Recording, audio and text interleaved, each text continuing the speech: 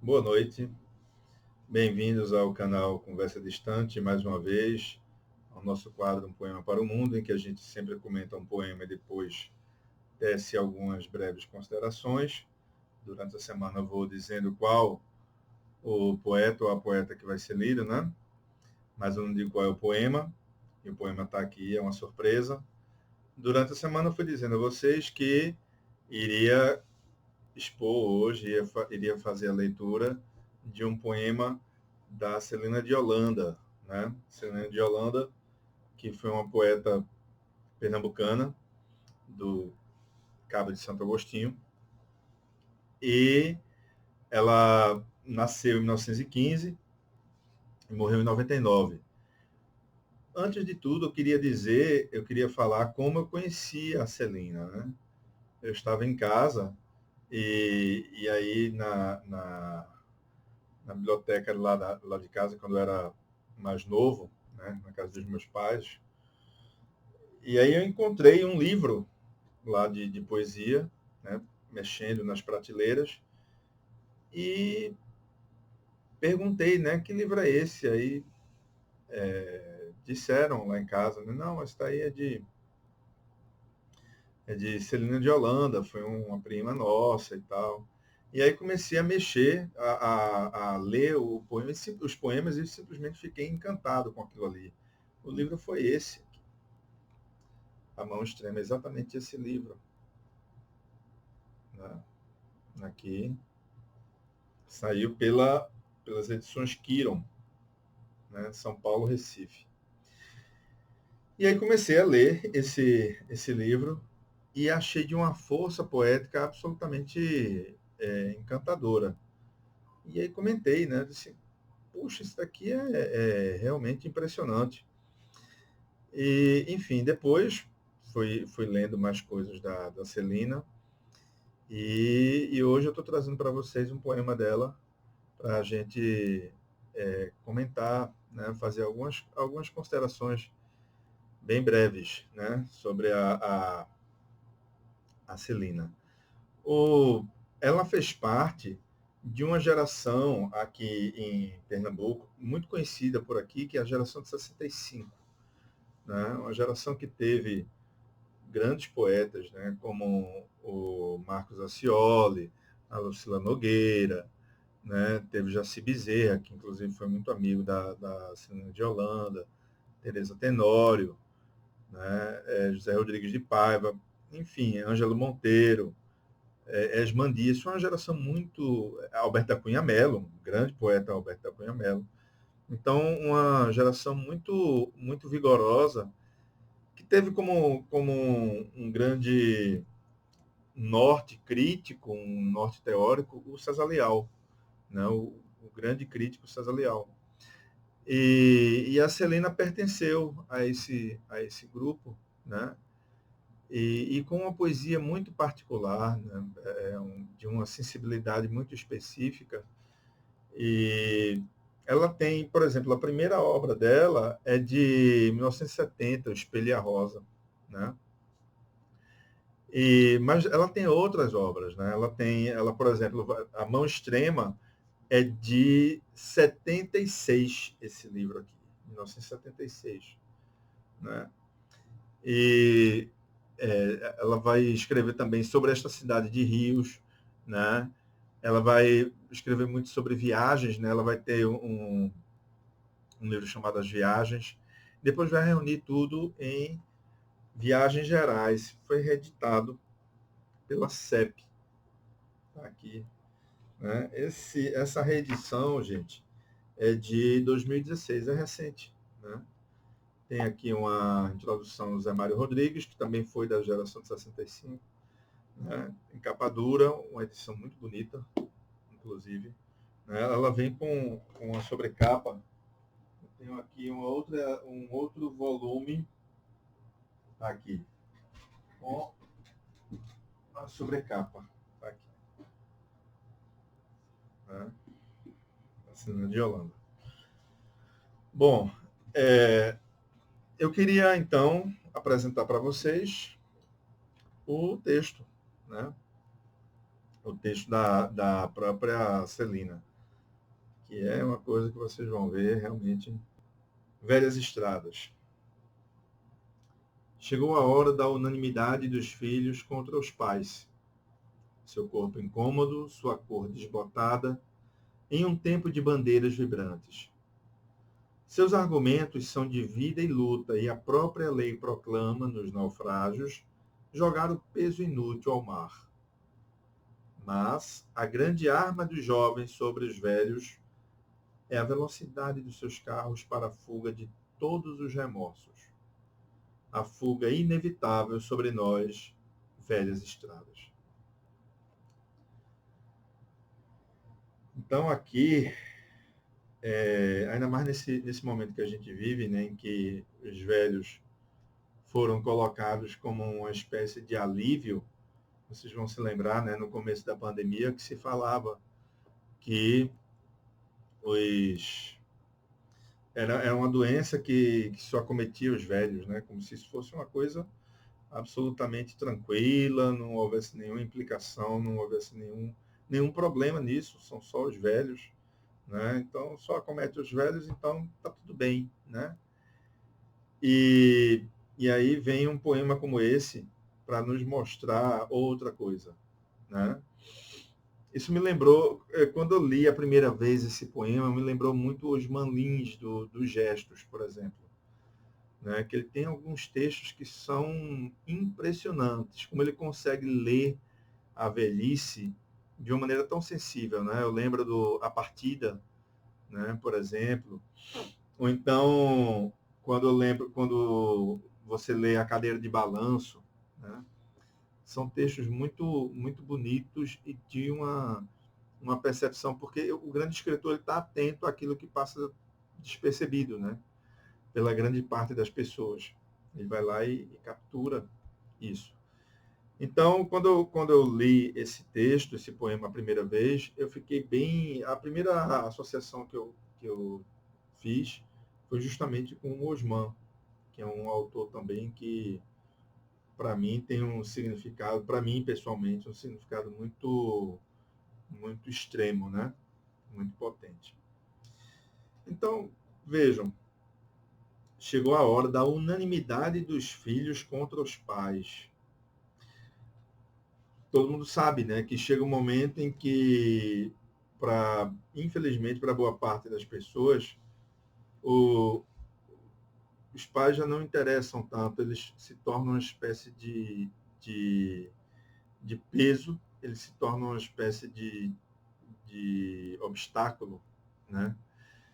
E, e outra coisa, sempre se condena, né?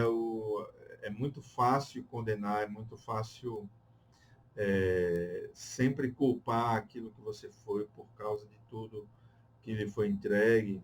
Enfim, aí a velhice passa a ficar na berlinda, né? E aí os jovens unanimemente se voltam contra os velhos, né? E aí chegou a hora da unanimidade, essa palavra é muito forte, né? Dos filhos contra os pais. Os pais, seu corpo incômodo, olha os adjetivos, né? Seu corpo incômodo, sua cor desbotada em um tempo de bandeiras vibrantes. A cor desbotada dos velhos. E que às vezes a gente não consegue aceitar, né? A nossa cor vai desbotando, nossa pele vai mudando e a gente vai usando de todos os artifícios para mascarar isso, né? A gente usa cosméticos e pinta o cabelo e usa... Não que seja uma coisa reprovável, não, de modo algum. Estou dizendo apenas como a gente vai tentando encontrar artifícios para mascarar o poder do tempo, para diminuir o poder do tempo e para mascarar os efeitos que ele joga sobre nós, né? Então, chegou essa hora da unanimidade dos filhos contra esses pais de corpos, né, incômodos, com cores desbotadas, em um tempo de bandeiras vibrantes. Às vezes a juventude tem a impressão que não vai chegar a sua hora de também ficar engelhada, né? Não vai chegar a sua hora de ter os cabelos grisalhos. Né? Mas aí segue, né? Seus argumentos são de vida e luta, e a própria lei proclama, olha esse jogo sonoro, né? Como ela Porque a Celina, ela é artista. Ela, eu lembro do Fernando Pessoa, né, quando ele diz há poetas que são artistas. Porque há poetas que não são, né, que usam a palavra de maneira até negligente, mas aqui a Celina de Holanda ela é uma poeta artista, ela sabe aquilo que parece natural, que parece quase que automático, né? É trabalho de depuração, é um labor artístico muito intenso. Né? Eu lembro do Quintana, né? O Quintana era isso, aquela leveza do Quintana era fruto uma longa depuração até que chegasse àquela simplicidade aparentemente fácil, né?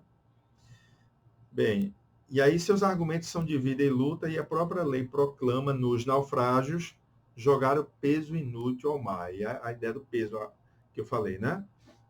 Os velhos agora são um peso, e um peso inútil, né? Segundo esse olhar aqui de boa parte da juventude. Né? Um peso inútil ao mar. A gente sabe que quando está naufragando uma embarcação, é preciso jogar aquilo que é peso inútil ao mar para que a embarcação tente alguma forma de equilíbrio, né? Tentar evitar o naufrágio.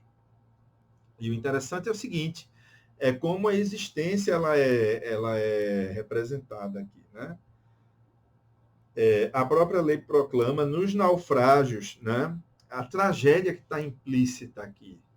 Né? A existência é uma tragédia que a Celina de Holanda plasma na ideia de naufrágio, né? De maneira implícita aqui. Nem tanto, né? Tá nomeado aqui, né? Nos naufrágios, jogar o peso inútil ao mar. Mas, aí é interessante que o mas vem com a vírgula depois, né? A vírgula assumindo aquele papel de pausa, né? E essa pausa da reflexão, né? Mas a grande arma dos jovens sobre os velhos é a velocidade dos seus carros para a fuga de todos os remorsos. Né?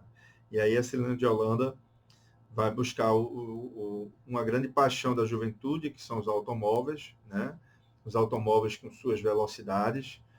A gente sabe que, por exemplo, para muita gente, a própria ideia de juventude está associada à ideia de velocidade. Por exemplo, os futuristas queriam a velocidade porque isso era jovem. Isso era uma forma de jogar fora toda a velharia, toda a ideologia velha, né? E aí vinha a velocidade como uma espécie de vigor que está representada ou que está depositada na própria juventude.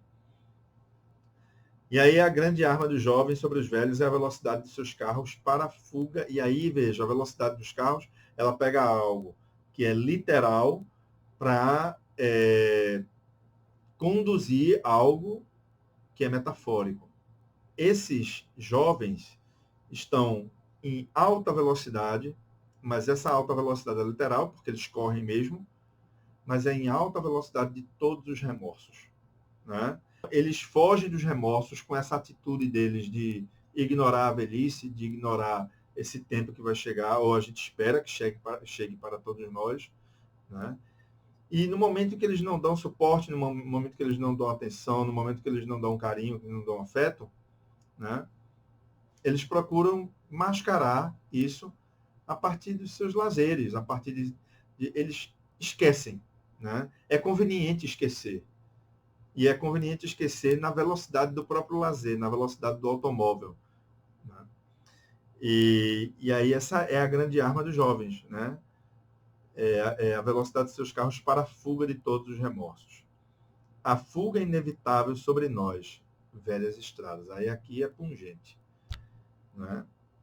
O curioso é o seguinte, é que os jovens têm essa arma, que são os automóveis, para fugir de todos os remorsos, mas expressar isso que o eu poético da Celina está expressando é a maior arma de todas, dizer isso, né? Denunciar isso, né? Me parece que essa é a arma potente dos velhos, né? É a possibilidade de dizer ainda. Né? A fuga nas ações, a partir dos automóveis, por exemplo, não há velocidade suficiente para se escapar aos braços longos das palavras. Então, essas palavras que, quando a gente ouve, se a gente tem uma sensibilidade mínima ainda, quando a gente ouve na denúncia de nós mesmos, simplesmente aquilo ali é uma espécie de soco, é um nocaute. Né? Então, vocês imaginem alguém dizendo, não, um velho dizendo, não, você está certo, use a velocidade dos seus carros, né? Ou a velocidade do seu carro para fugir dos seus remorsos. Nossa, se isso chegasse, alguém me dissesse um negócio desse, eu jamais iria esquecer, aquilo ali iria me perseguir. Ainda mais depois que houvesse o desencarne de vários deles, né, desses velhos, e que aí o tempo iria ficar absoluto. Se ele já é irreversível, essa irreversibilidade seria definitiva, né? Pelo menos para quem crê nesse plano. Né? Essa fuga não consegue existir para os braços longos das palavras, de palavras como essas. E outra coisa, né? A fuga é inevitável sobre nós, velhas estradas. Olha o adjetivo, né? Velhas. As estradas são caminhos, elas norteiam. Né? Só que o que chama atenção é o sobre nós, né? Porque os velhos abriram caminhos com sua experiência, com sua larga vivência. Nós caminhamos essas trilhas, somos muitas vezes maus devedores disso e pisamos sobre essa experiência, né? A força do pisar, da ideia de pisar aí, né? De estar sobre as estradas. E velhas, né? Porque as estradas velhas, né? São aquelas que têm uma idade condenável, né? Que precisam de reparos. E as velhas estradas, elas geralmente têm buracos, têm obstáculos, elas trazem desconforto. Elas são um caminho, mas são um caminho de desconforto, como a Celina de Holanda, com seu eu poético aqui, está denunciando. Né? O velho que abriu caminhos, mas que também é um desconforto para essa juventude. É um texto, eu diria que é um texto pungente demais. Os velhos aqui, eles são vistos muitas vezes como descartáveis. Servem de chão. Os velhos servem de chão para essa juventude que simplesmente está ignorando. Né? E a culpa da qual se foge pode perseguir quando essa própria força se extinguir. Né? E aí, veja, a força dos velhos, quando se extinguir, de maneira definitiva com a morte, vai perseguir esses remorsos dos quais se estava fugindo em automóveis de alta velocidade, eles vão alcançar. Né? E quando o jovem deixar de sê-lo, quando a força se extinguir para ele também. E aí, de repente, o remorso chega por outra via. Né? Porque há aquelas pessoas que precisam viver certas experiências para senti-las. Elas não têm a potência da imaginação ou da empatia, da sensibilidade para viver antes de vivê-las, de fato, com a própria experiência. Esse é o poema da Celina, né? Velhas Estradas. E o livro todo está repleto, esse Viagens Gerais, que é a coletânea da obra dela, né? A reunião da poesia da Celina. O livro tem essas pérolas o tempo inteiro. Ela é uma poeta de diversos curtos, né? Diversos curtos mais elaborados. Né? Ela consegue, por exemplo, a gente vai ver, ela faz denúncia social, né? Mas ela não pensa, apesar de fazer denúncia social, ela não pensa na poesia como um mero acréscimo à intenção política, de novo. Né? Ela é uma poeta artista. Né? Então, a arte é fundamental, a denúncia não é suficiente. Aliás, a denúncia só se realiza pelo poder de expressão que ela cultiva. Né?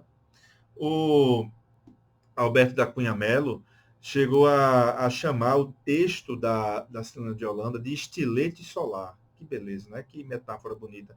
Quando um crítico tem esse poder da própria poesia, como ele ilumina de outra forma o texto de outro poeta, de outro escritor. Né? Então, o Alberto disse isso, a poesia da Celina é um estilete solar. Né? A Luzilar Gonçalves Ferreira, ela é uma grande escritora também, crítica literária, foi professora de letras, e a Lucilar destacava que em Celina, né, ela tinha um olhar lúcido, né, e crítico sobre as coisas, né? E eu